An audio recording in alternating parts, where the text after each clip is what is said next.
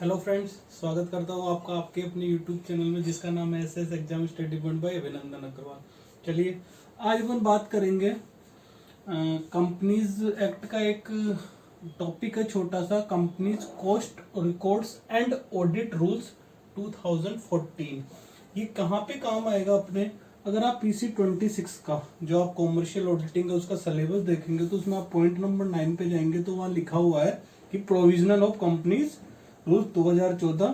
तो ये अपन आज उसकी बात करेंगे और इसमें 1 से 3 क्वेश्चन आते हैं, डिपेंड करता है आपके लक पे किसमें कितने क्वेश्चन आते हैं। बहुत छोटा सा टॉपिक है, इसको ये समझ के अपने को नहीं छोड़ना है कि केवल 1 या 2 क्वेश्चन आ रहे हैं तो अपन इसको छोड़ दें, क्योंकि मात्र 10 मिनट का टॉपिक है ये। ठीक है, अभी अपन पढ़ेंगे अपने, फटाफट आप नोट्स बनाइए, फटाफट आपके समझ में आ जाएगा। तो अपन टाइम वेस्ट नहीं करते हुए शुरू करते हैं, आपको 10 मिनट तक बने हुए रहना। देखिए इसमें क्या बताया गया है? इसमें मेंटेनेंस के बारे में बताया गया है, किसके? कॉस्ट रिकॉर्ड्स को मेंटेन करने के बारे में और उनकी ऑडिट के बारे में बताया गया है इस रूल्स के अंदर। ठीक है, ये क्या है? ये कंपनीज एक्ट 2013 है। कंपनीज एक्ट 2013 क्या करती है? सेंट्रल गवर्नमेंट को पावर देती है किस चीज के लिए? कि वो रूल्स बनाए किस पे? कॉस्ट रिकॉर्ड को मेंटेन करने के लिए और उनकी ऑडिट के लिए रूल्स बनाए। इसकी इफेक्टिव डेट है 30 जून 2014। याद करने की कोई जरूरत नहीं है, बस एक अपने को ध्यान रखना चाहिए कि 30 जून 2014 को ये लागू हो गया था। एप्लीकेशन की बात करेंगे कि ये किस पे एप्लीकेबल होंगे ये रूल्स। तो इसमें दो चीजें हैं कि किस पे एप्लीकेबल होंगे और किस पे नहीं होंगे, दोनों की बात अपन यहाँ पे कर लेंगे। ये थोड़ा सा इंपॉर्टेंट है, ध्यान से सुन लेना कि कोई भी कंपनी चाहे वो डोमेस्टिक कंपनी हो या फिर फॉरेन कंपनी हो, वो किस में एंगेज्ड हो, या तो वो क्या गुड्स का प्रोडक्शन कर रही हो, प्रोडक्शन ऑफ गुड्स, या फिर वो क्या कर रही हो, सर्विस प्रोवाइड करवा रही हो, इंक्लूडिंग फॉरेन कंपनी। डोमेस्टिक और फॉरेन कोई भी कंपनी या तो गुड्स का प्रोडक्शन कर रही हो या फिर सर्विस प्रोवाइड करवा रही हो, तो उस पे ये क्या है, ये रूल्स क्या है, एप्लीकेबल होंगे। एप्लीकेबल किस पे नहीं होंगे? कोई भी माइक्रो और स्मॉल एंटरप्राइजेस है, कोई भी माइक्रो और स्मॉल एंटरप्राइजेस है जो किसके अंडर कवर्ड है? MSMED 2006 एक्ट के अंदर। ये क्या है? MSMED micro small and medium enterprises development act 2006। ठीक है, मीडियम एंटरप्राइजेस डेवलपमेंट एक्ट, इसके अंदर अगर कोई ये माइक्रो और स्मॉल एंटरप्राइजेस अगर उस एक्ट के अंदर आ रहे हैं तो उस पे क्या है, ये रूल्स नहीं लगेंगे। अब इसमें क्या है कि एप्लीकेशन में अपन इस कंपनी की बात करें तो इसमें भी दो कंपनियां हैं, एक तो रेगुलेटेड एक नॉन रेगुलेटेड। रेगुलेटेड जैसे नाम पता चल रहा है कि इसको कौन रेगुलेट कर रहा है? अगर ये गवर्नमेंट के द्वारा अगर इनका रेगुलराइजेशन हो रहा है, मतलब गवर्नमेंट के द्वारा इन पे क्या है, कंट्रोल है इन पे, तो वो रेगुलेटेड कंपनी। और जिन पे कंट्रोल नहीं है वो नॉन रेगुलेटेड कंपनी। उनका है ना, जो अगर रेगुलेटेड कंपनी है तो अगर उसका टोटल टर्नओवर है 50 करोड़ या उससे ज्यादा, टोटल टर्नओवर 50 करोड़ या उससे ज्यादा। टोटल टर्नओवर का क्या मतलब है? टोटल टर्नओवर का मतलब है कि अगर मान ले कि वो 2 प्रोडक्ट बनाती है और 2 सर्विस देती है तो उन चारों का मिला के, या फिर वो जितने भी प्रोडक्ट या सर्विसेज दे रही है उन सबका मिला के टर्नओवर कितना होना चाहिए? 50 करोड़ या उससे ज्यादा। और इंडिविजुअल टर्नओवर होना चाहिए 25 करोड़ या उससे ज्यादा। तो कैसे याद रखना है? इंडिविजुअल कितना? 25 और टोटल कितना? 50 रेगुलेटेड के केस में। तो उस पे क्या है, ये रूल्स लगेंगे। इंडिविजुअल का क्या मतलब है? किसी एक प्रोडक्ट से या एक सर्विस से अगर आपका टर्नओवर 25 करोड़ या उससे ज्यादा है और सभी से मिला के 50 करोड़ या उससे ज्यादा है तो रेगुलेटेड कंपनीज पे ये रूल क्या है, एप्लीकेबल होंगे।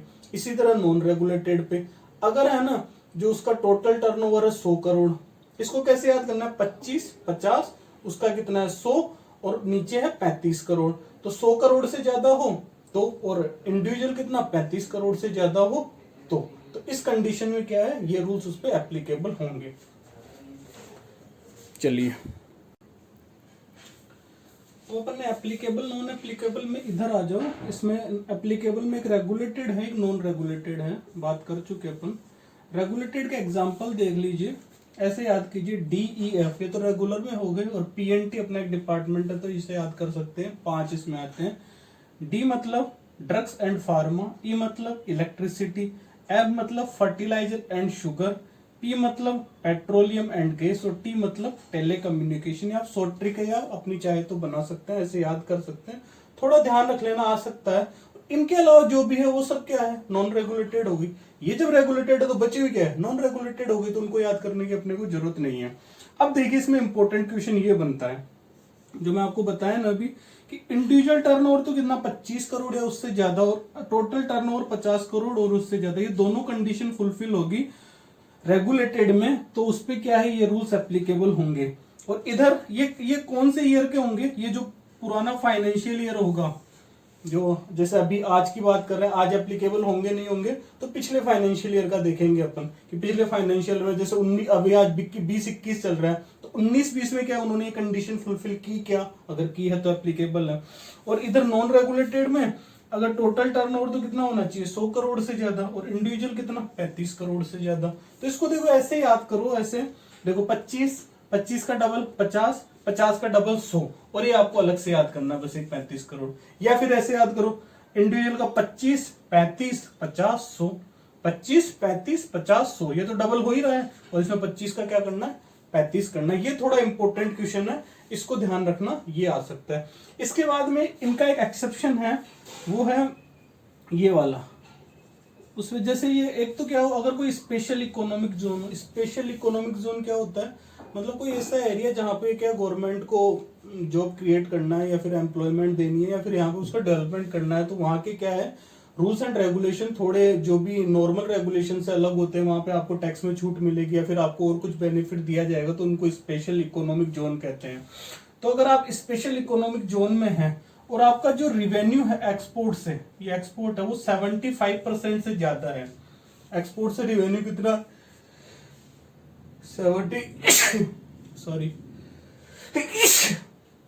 75% से रिवेन्यू जाता है और स्पेशल इकोनॉमिक जोन में है, तो उनपे क्या है कि रूल्स तो एप्लीकेबल नहीं होंगे, जो कोस्ट के वाले जो रूल्स है वो एप्लीकेबल नहीं होंगे, लेकिन इनको क्या है रिकॉर्ड्स तो मेंटेन करना पड़ेगा। अगर वो ये कंडीशन फुलफिल कर रहे हैं तो उनको रिकॉर्ड्स तो मेंटेन करना है, उनको रूल्स में क्या है छूट दी गई है, रूल्स उन पे एप्लीकेबल नहीं होंगे। अब अपन कोस्ट ऑडिटर की बात करेंगे। अब देखिए अपॉइंटमेंट की बात करेंगे कोस्ट ऑडिटर की। तो कोस्ट ऑडिटर तो क्या है, देखो इधर तो क्या है कि कोई शेयर होल्डर्स का तो काम नहीं है, तो अपॉइंट कौन करेगा, यहाँ पे बोर्ड ऑफ डायरेक्टर क्या है अपॉइंट करता है किसको, कोस्ट ऑडिटर को। कहा कब करना है इसको अपॉइंट, जो फाइनेंशियल ईयर शुरू हुआ उसके 180 दिन के अंदर अंदर, मतलब 6 मंथ के अंदर अंदर अपॉइंट करना है। जैसे फाइनेंशियल ईयर शुरू हुआ तो अप्रैल से सितंबर, इस टाइम के बीच में आपको क्या करना है, अपॉइंट कर देना है। जैसे ही अपॉइंट करेंगे कोस्ट ऑडिटर को तो इंटीमेट करेंगे ना, जैसे मान लो मुझे उन्होंने ऑडिटर अपॉइंट किया है तो मुझे एक इंटीमेशन भेजेंगे कि आपको कोस्ट ऑडिटर के रूप में अपॉइंट किया गया है, आप अगर ऑडिट करना चाहते तो आ जाइए। तो मुझे इन्होंने इंटीमेशन भेजा, तो या तो मैं क्या कहूंगा, या तो हाँ कहूंगा या ना कहूंगा। ना कहूंगा तो बात वहीं पे खत्म हो जाएगी। अगर मैं कहता हूँ yes I want to join, तो मेरा जो टेन्यूर है वो कितना होगा, वो होगा 180 दिन। कहां से, फाइनेंशियल ईयर क्लोज होने के से 180 दिन तक मेरा क्या है यहाँ पे रहेगा। या फिर कब तक, जब तक मैंने कोस्ट ऑडिट रिपोर्ट सबमिट नहीं करवाई हो, या तो मैंने कोस्ट ऑडिट रिपोर्ट सबमिट करवा दी हो, वहां से मेरा टेन्यूर खत्म हो जाएगा, या फिर फाइनेंशियल ईयर क्लोज होने के 180 दिन तक क्या है मेरा टेन्यूर है ना, जो भी पहले हो जाए उसमें अपना काम हो जाएगा, मतलब अपना रिपोर्ट सबमिट होनी चाहिए। दूसरा, इसका इंटीमेशन एक हम सेंट्रल गवर्नमेंट को देंगे। क्यों, क्योंकि वही रूल्स बना सकता है, उसके पास सब पावर है, तो अपना काम है कि उनको इंटीमेट करना है। तो इसके इंटीमेशन के लिए अपन कब करेंगे, या तो बोर्ड की जो भी मीटिंग हुई, जो भी बोर्ड मीटिंग में रिजोल्यूशन पास हो उसके 30 दिन के अंदर कर सकते हैं, और मैक्स टू मैक्स कितना है 180 डेज। जो फाइनेंशियल ईयर शुरू हुआ उसके 180 दिन के अंदर अपन इसको क्या कर रहे हैं, अपॉइंट कर रहे थे ना यहाँ पे, तो उसी टाइम में जैसे अपॉइंट किया तो बता देना है, या फिर अगर 30 दिन के अंदर अपॉइंट कर दिया तो ये वाला हो जाएगा, फिर यहाँ पे नहीं बताने की जरूरत, एक बार बताना है। इन दोनों में से जो भी पहले हो जाए, 30 दिन या 180 दिन, जब भी आपने अपॉइंट किया उसमें से इन दोनों में से जो भी पहले, तब आपको सेंट्रल गवर्नमेंट को इंटीमेट कर देना है। अब देखिए इसके लिए इसमें 4 तरह के फॉर्म होते हैं, CRA 1, 2, 3, 4। CRA क्या है, cost rules and audit forms 1, 2, 3, 4। 1 क्या है, 1 अपन ने बात की थी शुरू में मेंटेनेंस ऑफ रिकॉर्ड्स के लिए, तो ये आता है मेंटेनेंस ऑफ रिकॉर्ड्स के लिए आता है ये, ठीक है। CRA 2 यहाँ पे आता है, अगर उसको इंटीमेट देना है सेंट्रल गवर्नमेंट को। अगर कंपनी को सेंट्रल गवर्नमेंट को इंटीमेशन करना है तो CRA 2 फॉर्म में करेगी। CRA 3 में क्या है, ऑडिट रिपोर्ट सबमिट करता है। कौन कौन करेगा ऑडिट रिपोर्ट, जो भी ऑडिटर होगा वो। और CRA 4 में क्या होता है कि जो बोर्ड ऑफ डायरेक्टर्स हैं वो अपनी रिपोर्ट सबमिट करते हैं किसको, CG को। तो ये 4 तरह के फॉर्म होते हैं, ये ध्यान रख लेना। कोई देखो इतना इसमें कोई हार्ड एंड फास्ट वाली बात नहीं है, बहुत सिंपल सी चीजें हैं, आप बड़ी आसानी से याद कर सकते हैं। तो ये आपको समझ में आया होगा। अब आगे बढ़ते हैं कि जैसे ये टेन्योर हो गया, लेकिन अगर मान लो बीच में वैकेंसी खाली हो गई हो, जिसको अपन कैजुअल वैकेंसी कहते हैं। चलो नेक्स्ट स्लाइड में देखते हैं वो। चलिए अब अपन उसमें कर रहे थे कैजुअल वैकेंसी। कैजुअल वैकेंसी का क्या मतलब है कि जैसे कोस्ट ऑडिटर को अपॉइंट किया गया था कि क्लोज ऑफ फाइनेंशियल ईयर के 180 दिन तक रखेंगे, लेकिन मान लो किसी कारण से उसको हटाना पड़ दिया या उसने खुद ही रिजाइन दे दिया, तो एक वैकेंसी क्रिएट होगी, उसको कैजुअल वैकेंसी कहेंगे।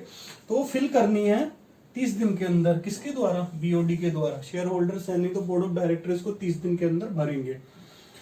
कोस्ट ऑडिटर क्या करेगा, अब कोस्ट सारा काम हो गया, इसका अपॉइंटमेंट हो गया, इसको काम दे दिया गया। कोस्ट ऑडिटर को क्या करना है कि सबमिट करनी है, इसको अपनी ऑडिट रिपोर्ट सबमिट करनी है किसको, बोर्ड ऑफ डायरेक्टर्स को। इसके लिए इसको टाइम दिया जाएगा 180 दिन। 180 दिन के अंदर इसको क्या करना है, बोर्ड ऑफ डायरेक्टर को रिपोर्ट सबमिट करनी है, और इसके लिए CRA 3 फॉर्म लगेगा। ठीक है। नेक्स्ट, बोर्ड ऑफ डायरेक्टर को क्या करना, बोर्ड ऑफ डायरेक्टर को ये रिपोर्ट सबमिट करनी है किसको, सेंट्रल गवर्नमेंट को। किसको, सेंट्रल गवर्नमेंट को। कितने दिन में, 30 दिन में। जैसे इसको रिसिप्ट हुआ ऑडिट रिपोर्ट, जैसे ऑडिट रिपोर्ट इसको रिसिप्ट हुआ BOD को, तो BOD को क्या 30 दिन के अंदर सेंट्रल गवर्नमेंट को CRA 4 फॉर्म में क्या है, सबमिट करनी है। और यहाँ पे 180 दिन की बात कर रहे थे, 180 30 180 30 180 में कब से 180, जब से उसका अपॉइंटमेंट हुआ। अपॉइंटमेंट से उसको 180 दिन का टाइम दिया जाएगा, जिसमें CRA 3 फॉर्म में क्या है, इसको BOD को सबमिट करेगा, और board of director CRA form में सेंट्रल गवर्नमेंट को 30 दिन के अंदर सबमिट करेगा। चलिए, तो ये अपना क्या है, आज अपना cost records and audit rules खत्म हो गया। बहुत छोटा सा टॉपिक था, ठीक है। देखो मैंने कहा था 10 से 12 मिनट लगेंगे। एक बार आपको नोट्स बनाने हैं और फिर पढ़ेंगे, 2-4 मिनट में हो जाएगा। अगर अपने 2-3 भी क्वेश्चन आ जाते हैं तो बहुत बेनिफिशियल है। ठीक है, चलिए मिलते हैं नेक्स्ट वीडियो में। और अगर आपको वीडियो अच्छा लगे तो कमेंट बॉक्स में कमेंट करके जरूर बताइएगा, और अगर आपकी कोई क्वेरी है तो वो भी आप बताइए, मैं कोशिश करूंगा सॉल्व करने की। मिलते हैं नेक्स्ट वीडियो में, टाटा बाय बाय।